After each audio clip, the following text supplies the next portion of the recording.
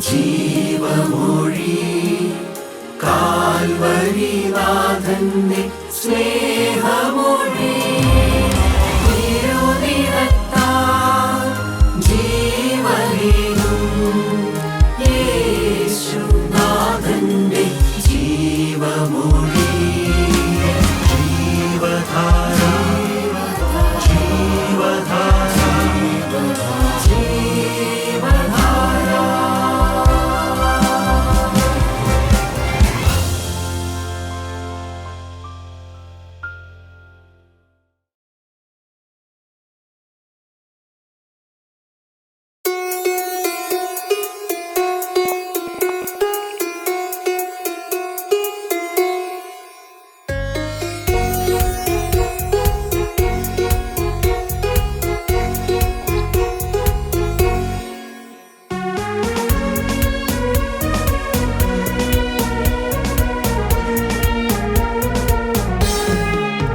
സ്തുതിഗീതം പാടി പുകഴ്ത്തിടുന്നേ മനുവേലനെ സ്തുതിച്ചു വാഴ്ത്തും സുന്ദരന മണവാളനെ സ്തുതിച്ചു വാഴ്ത്തും സുന്ദരന മണവാളനെ. അവനെന്റെ രക്ഷകൻ, അവനെനിക്കുള്ളോൻ, ബലമുള്ള ഗോപുരം അവത്തിൽ സങ്കേതം. അവനെന്റെ രക്ഷകൻ, അവനെനിക്കുള്ളോൻ, ബലമുള്ള ഗോപുരം അവത്തിൽ സങ്കേതം. അവന്റെ ചാരയോടിയണഞ്ഞവൻ ആശ്വാസമനുദിനവും. അവന്റെ ചാരയോടിയണഞ്ഞവൻ ആശ്വാസമനുദിനവും. സ്തുതിഗീതം പാടി പുകഴ്ത്തിടുന്നേ മനുവേലനെ സ്തുതിച്ചു വാഴ്ത്തും സുന്ദരന മണവാളനെ സ്തുതിച്ചു വാഴ്ത്തും സുന്ദരന മണവാളനെ.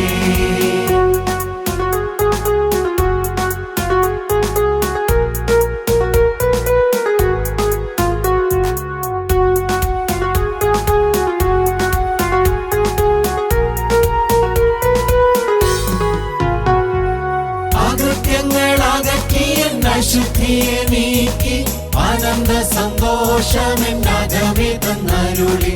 അകൃത്യങ്ങൾ അകറ്റിയ അശുദ്ധിയെ നീക്കി ആനന്ദ സന്തോഷമെന്നകമേ തന്നരുളി. ആദിവ്യ തേജസ്സിനഭിഷേകത്താലൻ ജയത്തോടെ നടത്തിടുന്നു. ആദിവ്യ തേജസ്സിനഭിഷേകത്താലൻ ജയത്തോടെ നടത്തിടുന്നു. സ്തുതിഗീതം പാടി പുകഴ്ത്തിടുന്നേ മനുവേലനെ സ്തുതിച്ചു വാഴ്ത്തും സുന്ദരന മണവാളനെ സ്തുതിച്ചു വാഴ്ത്തും സുന്ദരന മണവാളനെ.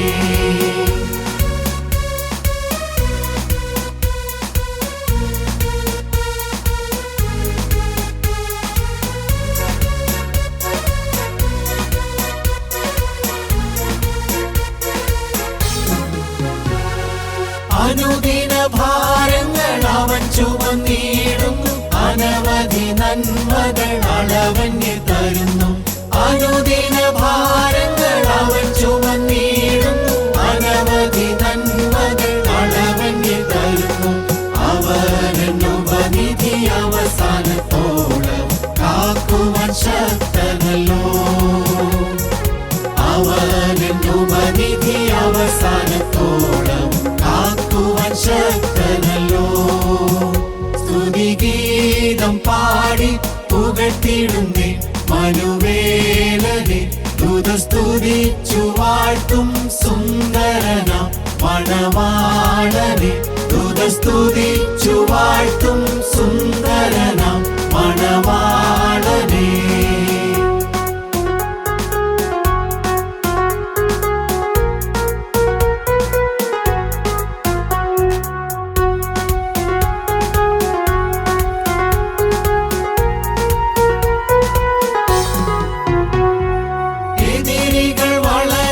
സഖികളിലധികം വഴിയതിദൂരം ബഹുവിധ തടസ്സം, എതിരികൾ വളരെ സഖികളിലധികം.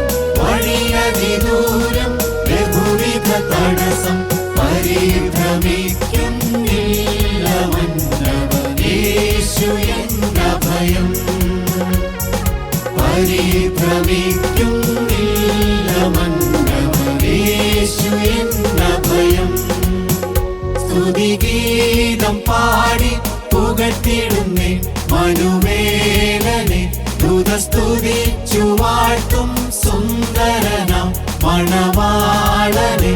ദൂതസ്തുതിച്ചു വാഴ്ത്തും സുന്ദരനാം മണവാളനെ.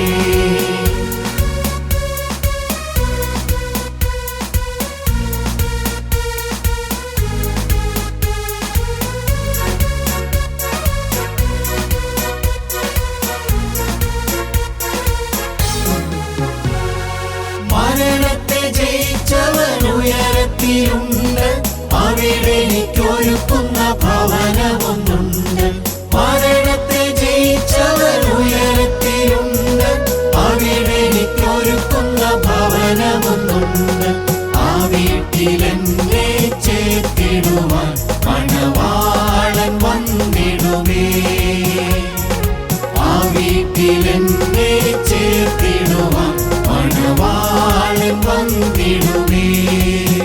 സ്തുതിഗീതം പാടി പുകഴ്ത്തിടുന്നേ മനുവേലനെ, ദൂതസ്തുതിച്ചു വാഴ്ത്തും സുന്ദരനാം മണവാളനെ. ദൂതസ്തുതിച്ചു വാഴ്ത്തും സുന്ദരനാം മണവാളനെ. ദൈവനാമം മഹത്വപ്പെടുമാറാകട്ടെ. കർത്താവായ യേശു ക്രിസ്തുവിൻ്റെ പരിശുദ്ധമായ നാമത്തിൽ നിങ്ങൾക്കെല്ലാവർക്കും എൻ്റെ വിനീതമായ സ്നേഹവന്ദനം. പത്രോസ്ലീഹായുടെ ഒന്നാമത്തെ ലേഖനം 5-ാം അധ്യായം 4 മുതൽ 11 വരെയുള്ളതായ വാക്യങ്ങൾ നമുക്ക് വായിച്ചു കേൾക്കാം. എന്നാൽ ഇടയശ്രേഷ്ഠൻ പ്രത്യക്ഷനാകുമ്പോൾ നിങ്ങൾ തേജസ്സിന്റെ വാടാത്ത കിരീടം പ്രാപിക്കും. അവണ്ണം ഇളയവരെ മൂപ്പന്മാർക്ക് കീഴടങ്ങുവിൻ. എല്ലാവരും തമ്മിൽ തമ്മിൽ കീഴടങ്ങി താഴ്മ ധരിച്ചുകൊള്ളുവിൻ. ദൈവം നെഗളികളോട് എതിർത്ത് നിൽക്കുന്നു, താഴ്മയുള്ളവർക്കോ കൃപ നൽകുന്നു. അതുകൊണ്ട് അവൻ തക്ക സമയത്ത് നിങ്ങളെ ഉയർത്തുവാൻ ദൈവത്തിൻ്റെ ബലമുള്ള കൈക്കീഴെ താണിരിപ്പിൻ. അവൻ നിങ്ങൾക്കായി കരുതുന്നതാകിയാൽ നിങ്ങളുടെ സകല ചിന്താകുലവും അവൻ്റെ മേൽ ഇട്ടുകൊള്ളുവിൻ. നിർമ്മതരായിരിപ്പീൻ, ഉണർന്നിരിപ്പീൻ. നിങ്ങളുടെ പ്രതിയോഗിയായ പിശാച് അലർന്ന സിംഹം എന്ന പോലെ ആരെ വിഴുങ്ങേണ്ടിവെന്ന് തിരിഞ്ഞ് ചുറ്റി നടക്കുന്നു. ലോകത്തിൽ നിങ്ങൾക്കുള്ള സഹോദരവർഗത്തിന് ആ വക കഷ്ടപ്പാടുകൾ തന്നെ പൂർത്തിയായി വരുന്നു എന്നറിഞ്ഞ് വിശ്വാസ സ്ഥിരതയുള്ളവരായി അവനോട് എതിർത്ത് നിൽപ്പീൻ. എന്നാൽ അല്പകാലത്തേക്ക് കഷ്ടം സഹിക്കുന്ന നിങ്ങളെ ക്രിസ്തുവിൽ തൻ്റെ നിത്യ തേജസ്സിനായി വിളിച്ചിരിക്കുന്ന സർവകൃപാലുവായ ദൈവം തന്നെ യഥാസ്ഥാനപ്പെടുത്തി ഉറപ്പിച്ച് ശക്തീകരിക്കും. ബലം എന്നേക്കും അവനുള്ളത്. ആമേൻ. പത്രോസ്ലീഹ വളരെ വ്യക്തമായി പറഞ്ഞു തരുന്ന 6 കാര്യങ്ങൾ, ക്രിസ്തീയ ജീവിതത്തിൻ്റെ 6 പ്രമാണങ്ങൾ, 6 ലോസ് ഓഫ് ക്രിസ്ത്യൻ ലൈഫ്. ഈ 6 പ്രമാണങ്ങൾ പാലിച്ചാൽ നമുക്ക് എന്ത് കിട്ടും? 4-ാമത്തെ വാക്യം പത്രോസ്ലീഹ എന്താണ് പറയുന്നത്? എന്നാൽ ഇടയശ്രേഷ്ഠൻ പ്രത്യക്ഷനാകുമ്പോൾ, കർത്താവായ യേശുക്രിസ്തു രണ്ടാമത് വരുമ്പോൾ മധ്യാകാശത്തിൽ നമുക്ക് വേണ്ടി പ്രത്യക്ഷപ്പെടുമ്പോൾ നിങ്ങൾ തേജസ്സിന്റെ വാടാത്ത കിരീടം പ്രാപിക്കും. ഓ, ദൈവത്തിന് സ്തോത്രം. ആരെല്ലാം ആഗ്രഹത്തോടെ ഇത് കേട്ടുകൊണ്ടിരിക്കുന്നുണ്ട്? കർത്താവായ യേശുക്രിസ്തു രണ്ടാമത്തെ വരവിൽ നിങ്ങൾ പ്രത്യാശയോടെ വിശ്വസിക്കുന്നുണ്ടോ? പാറക്കലീത്ത വാടാത്തൊരു കിരീടം എനിക്ക് വേണ്ടി മെടയുന്നു എന്നുള്ള വ്യക്തമായ ബോധ്യവും വിശ്വാസവും അംഗീകാരവും നിങ്ങൾക്കുണ്ടോ? നിത്യനരകത്തിലെ കെടാത്ത തീപ്പൊയ്കയിൽ നശിച്ചു പോകാതെ സ്വർഗരാജ്യത്തിന്റെ സന്തോഷത്തിന് മണവറയിൽ വാടാത്ത കിരീടം ചൂടിക്കൊണ്ട് ദൈവത്തെ മഹത്വീകരിക്കുവാൻ നിങ്ങൾക്ക് കൊതിയുണ്ടോ? ഈ 6 പ്രമാണങ്ങൾ ജീവിതത്തിൽ പ്രാവർത്തികമായിരിക്കണം. ഏതെല്ലാമാണ് ഈ 6 പ്രമാണങ്ങൾ? ദൈവത്തിന് കീഴടങ്ങി താഴ്മ ധരിച്ചുകൊള്ളുവീൻ. സകല ചിന്താകുലവും അവൻ്റെ മേൽ ഇട്ടുകൊള്ളുവീൻ. നിർമ്മതരായിരിപ്പീൻ, ഉണർന്നിരിപ്പീൻ, വിശ്വാസത്തിൽ സ്ഥിരതയുള്ളവരായിരിപ്പീൻ, പ്രത്യാശയുള്ളവരായിരിപ്പീൻ. മനോഹരമായ 6 പ്രമാണങ്ങൾ. കഴിഞ്ഞ പ്രാവശ്യം നാം 3 ധ്യാനിക്കുകയുണ്ടായി, ചിന്തിക്കുകയുണ്ടായി. താഴ്മ ധരിച്ച് കീഴടങ്ങിയിരിക്കണം എന്നുള്ളതായ പ്രമാണം, സകല ചിന്താകുലവും അവൻ്റെ മേൽ ഇട്ടുകൊള്ളുവീൻ എന്നുള്ള വിശ്വാസത്തിൻ്റെ അടിസ്ഥാന പ്രമാണം, 3 നിർമ്മതരായിരിപ്പീൻ. ഇന്ന് നമ്മൾ ധ്യാനിക്കാൻ പോകുന്നത് 4-ാമത്തെ കാര്യമാണ്, ഉണർന്നിരിപ്പീൻ. ഉണർന്നിരിപ്പീൻ. ദൈവമക്കളെ, ആരെയാണ് ഉണർത്തുന്നത്? ഉറങ്ങിക്കിടക്കുന്നവരെയാണ്, മയങ്ങിക്കിടക്കുന്നവരെയാണ്, ചാവാറായ ശേഷിപ്പുകളെയാണ്. ദൈവത്തിന് സ്തോത്രം. എന്തിനാണ് ഉണരേണ്ടത്? B vigilant. എന്തിനു വേണ്ടിയിട്ട്? സാത്താനെ ജയിപ്പാൻ. അതോടെ പറയുന്നുണ്ട് വളരെ വ്യക്തമായിട്ട്, സാത്താൻ ആരെ വിഴുങ്ങേണ്ടുവെന്ന് വിചാരിച്ച് അലറുന്ന സിംഹം പോലെ ഊടാടി നടക്കുക. ഒരു പഴുതന്നിൽ കിട്ടിയാൽ സാത്താൻ ചാടി വീഴും. ദൈവത്തിന് സ്തോത്രം. അതുകൊണ്ട് പത്രോസ്ലീഹായിൽ കൂടി വളരെ വ്യക്തമായി പരിശുദ്ധാത്മാവ് ഉണർവിൻ്റെ സന്ദേശം തരിക. B vigilant, B conscious. എല്ലാ സമയത്തും നമ്മൾ ഉണർന്ന് കരുതലോടെ ഇരിക്കേണ്ടവരാണ്. കാരണം എന്താണെന്നറിയാമോ? 8-ാമത്തെ വാക്യം ഒന്നുകൂടെ വായിച്ചേ. നിർമ്മതരായിരിപ്പീൻ, ഉണർന്നിരിപ്പീൻ. നിങ്ങളുടെ പ്രതിയോഗിയായ പിശാച് അലർന്ന സിംഹം എന്ന പോലെ ആരെ വിഴുങ്ങേണ്ടി എന്ന് തിരിഞ്ഞ് ചുറ്റി നടക്കുന്നു. ഉണർന്നിരിക്കുന്നതായ ഒരു പൈശാചിക ശക്തിയുണ്ട്. എവിടെയെങ്കിലും ഒരു ബലഹീനത കണ്ടാൽ അവിടെ ചാടി വീണ് അവനെ നിത്യനാശത്തിലേക്ക് കൊണ്ടുപോകാൻ ഉണർന്ന് കാത്തു നോക്കിയിരിക്കുന്ന, വിജിലന്റ് ആയിരിക്കുന്ന, ഉണർന്ന് പ്രവർത്തിക്കുന്നതായ ഒരു പൈശാചിക ശക്തിയുണ്ട്. അതുകൊണ്ടാണ് പൗലോസ് എഫേസ്യർക്കെഴുതിയ ലേഖനം 5-ാം അധ്യായത്തിന്റെ 14-ാമത്തെ വാക്യത്തിൽ നമുക്കൊരു താക്കീത് തരുന്നുണ്ട്. അതുകൊണ്ട് ഉറങ്ങുന്നവനെ ഉണർന്ന് മരിച്ചവരുടെ ഇടയിൽ നിന്ന് എഴുന്നേൽക്ക. ചത്തു കിടക്കുന്ന പോലെ കിടക്കരുത്. ഈ സന്ദേശം നിങ്ങളെ തൊട്ട് ഉണർത്തുന്നതായിരിക്കണം. എന്നെ നിങ്ങൾ കാണണ്ട. ഏലിയാവ് മയങ്ങിക്കിടക്കുന്ന സമയത്ത്, നിരാശയിൽ കൂപ്പുകുത്തി കിടക്കുന്ന സമയത്ത് വന്ന് ഉണർത്തിയതായി ദൈവത്തിൻ്റെ പരിശുദ്ധാത്മാവ് എഴുന്നേറ്റ് പ്രകാശിക്കുവാൻ വളരെ വ്യക്തമായി നിങ്ങളെ ഉണർത്തുന്നതായ ആഹ്വാനം ചെയ്യുന്ന സമയമാണ്. പത്രോസിനെയൊക്കെ വളരെ വ്യക്തമായിട്ട് അറിയാം. ഗെത്സമനെ തോട്ടത്തിൽ വെച്ച് ഉണരാതെ ഉറങ്ങിപ്പോയതിൻ്റെ തിക്തമായ ചില അനുഭവങ്ങൾ. കർത്താവായ യേശുക്രിസ്തു രക്തം വലിയ തുള്ളി ചോര പോലെ വാർന്നൊലിച്ച് ഗെത്സമനയിൽ മുട്ടുമടക്കി ഹൃദയം പകരുന്ന സമയം തൻ്റെ പ്രിയപ്പെട്ട ശിഷ്യന്മാരോട് കെഞ്ചി അപേക്ഷിച്ച്, നിങ്ങൾ എനിക്ക് വേണ്ടി ഉണർന്നെന്ന് പ്രാർത്ഥിപ്പീനെന്ന് 1, 2, 3 പ്രാവശ്യം കർത്താവ് നോക്കുമ്പോൾ അവരെല്ലാം മറന്ന് ഉറങ്ങുകയാണ്. പ്രാണപ്രിയനായ കർത്താവായ യേശുക്രിസ്തു അതിവേദനയിൽ രക്തം വാർന്നൊലിച്ച് പ്രാർത്ഥിക്കുമ്പോൾ ഉറങ്ങുന്ന ശിഷ്യന്മാർ.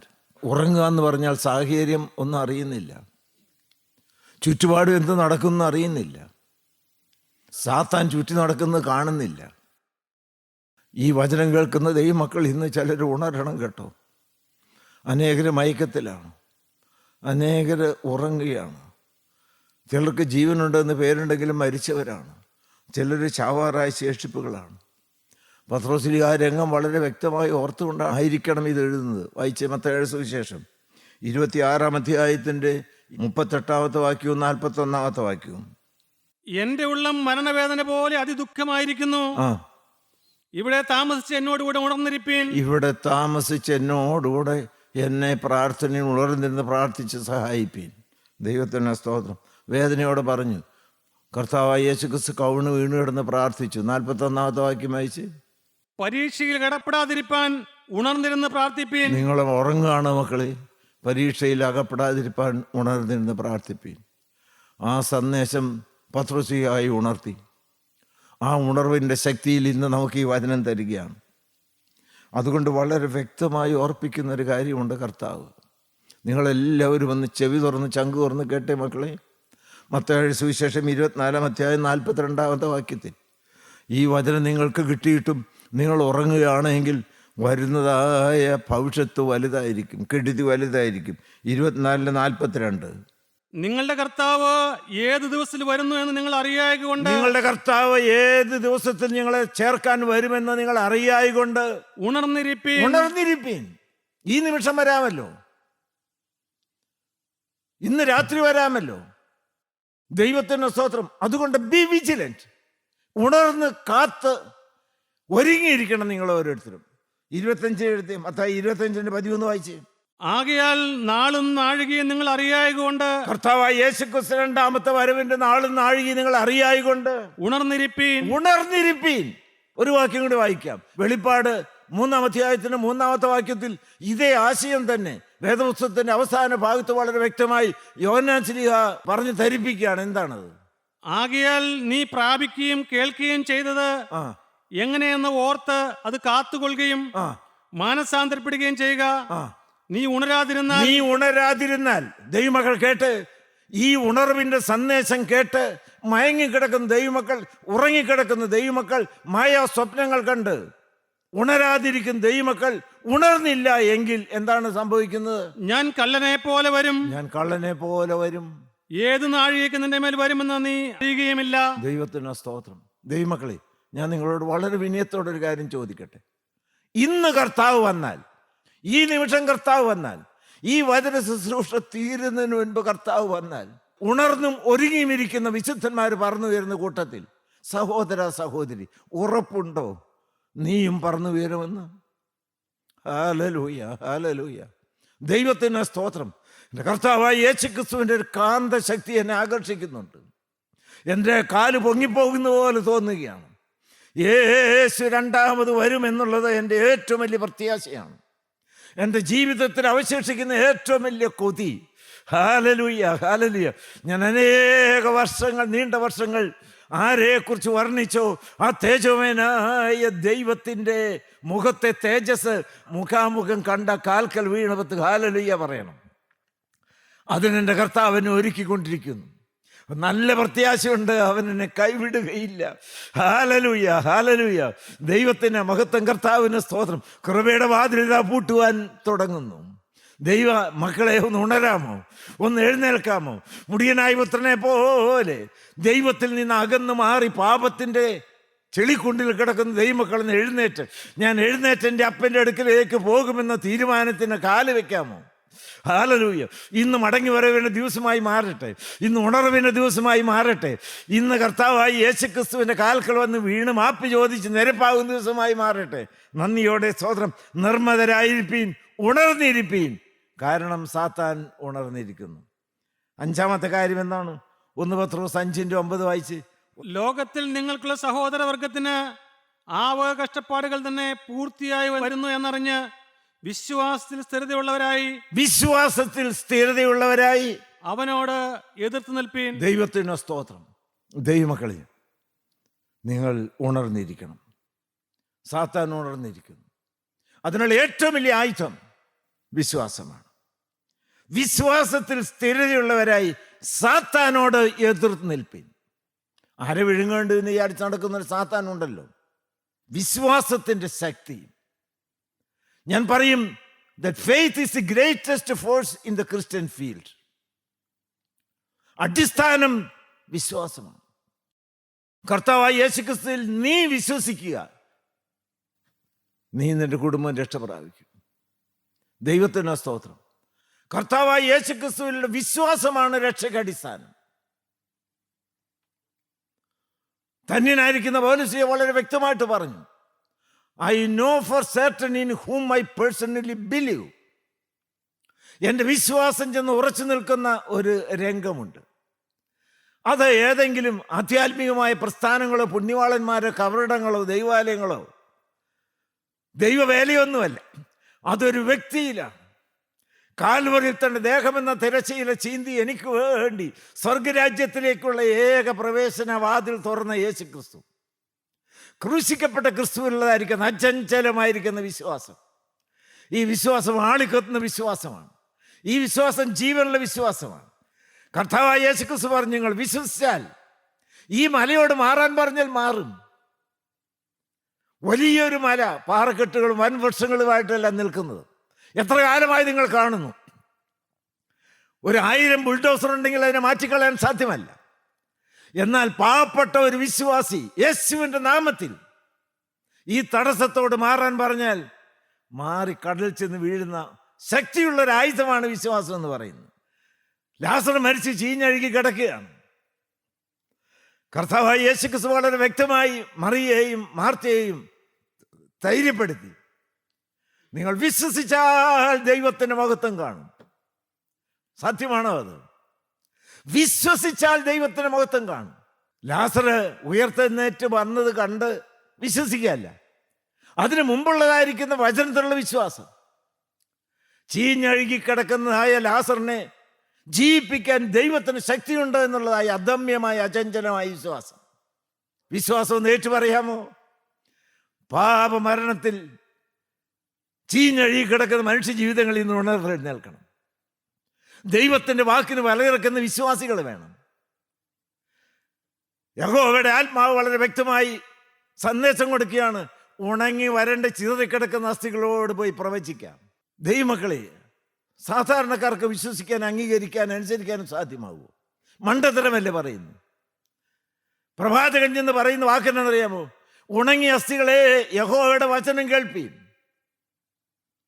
അതുപോലെ ചോദ്യം ചെയ്യാത്തതായ സമ്പൂർണ്ണമായിരിക്കുന്ന വിശ്വാസം ആരിലുണ്ടോ, എവിടെയുണ്ടോ, അവിടെ അസ്ഥികൾ സൈന്യമായി എഴുന്നേറ്റ് നിൽക്കും.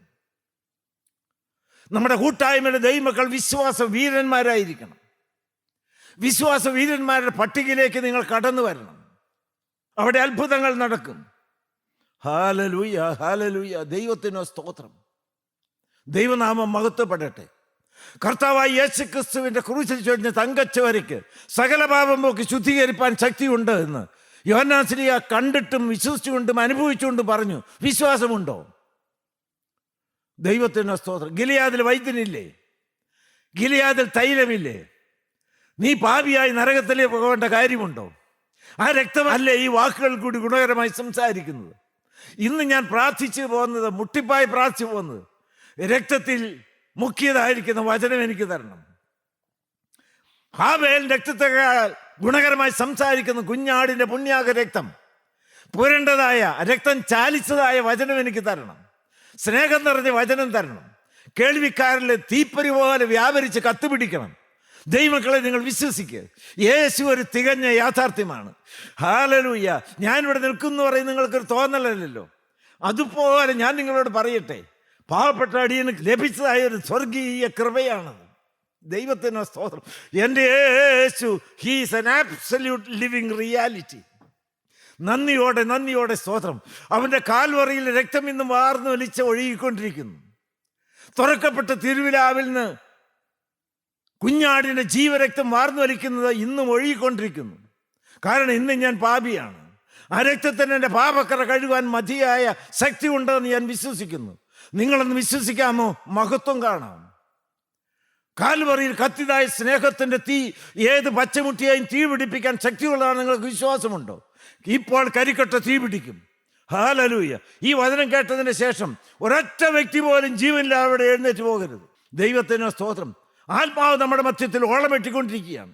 ആത്മാവ് നമ്മുടെ മധ്യത്തിൽ ശക്തിയോടെ വ്യാപരിച്ചുകൊണ്ടിരിക്കുകയാണ്. ദൈവത്തിന് സ്തോത്രം. ഏത് വ്യക്തിക്കും ജീവൻ പ്രാപിക്കാം. നന്ദിയോടെ സ്തോത്രം. അല്പവിശ്വാസം പോരാ. പത്രോസിലേക്ക് ഒരു സമയത്ത് അല്പവിശ്വാസം ഉണ്ടായിരുന്നു. വെള്ളത്തിൻ്റെ മേൽ നടന്നു. കർത്താവായ യേശുക്രിസ്തു നടക്കുന്നത് കണ്ടു കൊതിവുണ്ട്. യേശു നടക്കുന്ന പോലെ ഞാനും വെള്ളത്തിൻ്റെ മേൽ നടന്ന് നിൻ്റെ അടുക്കലേക്ക് വന്നോട്ടെ, പോരാൻ പറഞ്ഞു. പക്ഷേ പിന്നീട് ഓളവും തിരുമാലയും പൊങ്ങിയപ്പോൾ വിശ്വാസം പോയി. കർത്താവായ യേശുക്രിസ്തു പത്രോസിനെ വിളിക്കുന്നൊരു പേരുണ്ട്, അല്പവിശ്വാസി. ഞാൻ നിങ്ങളോട് പറയാം, എൻ്റെ മനസ്സകത്ത് തിങ്ങി നിൽക്കുന്നൊരു വിഷയമാണിത്. അവിശ്വാസികളുണ്ട്, അവിശ്വാസമുണ്ട്, അന്ധവിശ്വാസമുണ്ട്. വേദോസം വായിച്ചാൽ നമുക്കറിയാം, അല്പവിശ്വാസമുണ്ട്, വലിയ വിശ്വാസമുണ്ട്, വിലയേറിയ വിശ്വാസമുണ്ട്, നിർവ്യാജ വിശ്വാസമുണ്ട്. ദൈവത്തിൻ്റെ മഹത്വം. അതിവിശുദ്ധ വിശ്വാസമുണ്ട്. ഇതിൽ നിങ്ങൾക്ക് ഏതാണുള്ളത്? ദൈവനാമം മഹത്വപ്പെടട്ടെ. ദൈവനാമം മഹത്വപ്പെടട്ടെ. അതിവിശുദ്ധ വിശ്വാസം. ഹല്ലേലൂയ. Sincere faith. നിർവ്യാജ വിശ്വാസം. ഹല്ലേലൂയ. A most holy faith. അത് വിശുദ്ധമാണ്. യൂദയുടെ ലേഖനം എടുത്ത്, യൂദയുടെ ലേഖനം 24-25 വായിച്ച്, യൂദയുടെ ലേഖനം ആദ്യം 20 വായിച്ച്. നിങ്ങളോ പ്രിയമുള്ളവരെ, നിങ്ങളുടെ അതിവിശുദ്ധ വിശ്വാസത്തെ ആധാരമാക്കി നിങ്ങൾക്ക് തന്നെ ആത്മീക വർധന വരുത്തിയും. ദൈവത്തിന്റെ സ്വാധീനം 24-25 വായിച്ച്. വീഴാതെ വണ്ണം നിങ്ങളെ സൂക്ഷിച്ച് അതിൻ്റെ ഗുണമാണത്. തന്റെ മഹിമാ സന്നിധിയിൽ ആ കളങ്കമില്ലാത്തവരായി ആനന്ദത്തോടെ നിർത്തുവാൻ ശക്തിയുള്ളവന് നമ്മുടെ കർത്താവായ യേശു ക്രിസ്തു മുഖാന്തരം നമ്മുടെ രക്ഷിതാവായ ഏകദൈവത്തിന് തന്നെ സർവകാലത്തിന് മുമ്പും ഇപ്പോഴും സദാകാലത്തോളവും തേജസ്സും മഹിമയും ബലവും അധികാരവും ഉണ്ടാകുമാറാകട്ടെ. ആമീൻ. ആരാണത്? അതിവിശുദ്ധ വിശ്വാസം ഉണ്ടെങ്കിൽ, ദി മോസ്റ്റ് ഹോളി ഫെയ്ത്ത്, വീഴാതെ കൊണ്ട് ഞങ്ങളെ സൂക്ഷിക്കും, മഹിമാസന്നിധി നമ്മളെ എത്തിക്കും. നല്ല ഉറപ്പല്ലേ ഇത്? ആത്മീയ ജീവിതം ദൈവമക്കളെ ഒരു ഊഹാപോഹമല്ല. നന്ദിയോടെ സ്തോത്രം. ഒരു വ്യക്തിയിൽ പരിപൂർണമായി വിശ്വാസം അർപ്പിച്ചതാണ്. പൗലോസിയെ പറഞ്ഞില്ലേ, എൻ്റെ ജീവിതം കർത്താവിന് കൈമാറിയോ അത് സ്വർഗ വീട്ടിലെത്തിക്കുന്നവരെയും സൂക്ഷിക്കും. ഹല്ലേലൂയ. നമ്മുടെ നടപ്പ് അങ്ങനെ ആയിരിക്കണം. പൗലോസ്ലിയ ജീവിതത്തിന് പലപ്പോഴും പറയുന്നത് നടപ്പെന്നാണ്. നടപ്പ് എങ്ങനെയായിരിക്കണം? വിശ്വാസത്തിൻ്റെ കാലടികളായിരിക്കണം. വായിച്ച് 2 കൊരിന്ത്യർ 5:7 ഇന്ന് മുതൽ നിങ്ങളുടെ കാലടികൾ വിശ്വാസത്തിൻ്റെ കാലടികളായിരിക്കണം. വായിച്ചു. കാഴ്ചയാലല്ല വിശ്വാസത്താലത്രേ ഞങ്ങൾ നടക്കുന്നത്. ഹല്ലേലൂയ. ദൈവത്തിന് വിശ്വാസത്താലത്രേ നിങ്ങൾ നടക്കുന്നത്. ദൈവത്തിന് സ്തോത്രം.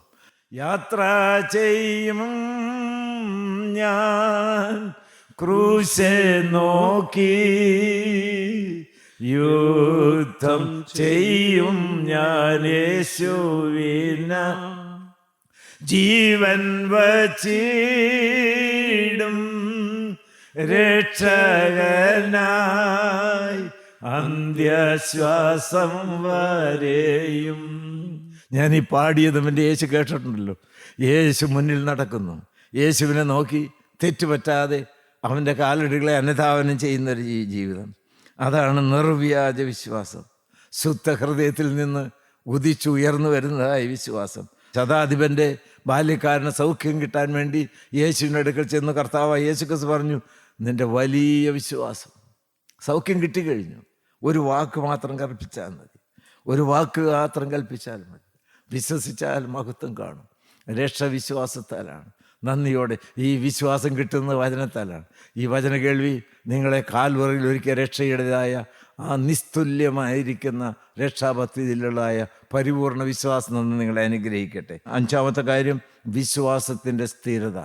ഒരിക്കലും ചലിച്ചു പോകരുത്. സ്ഥിരമായ വിശ്വാസം.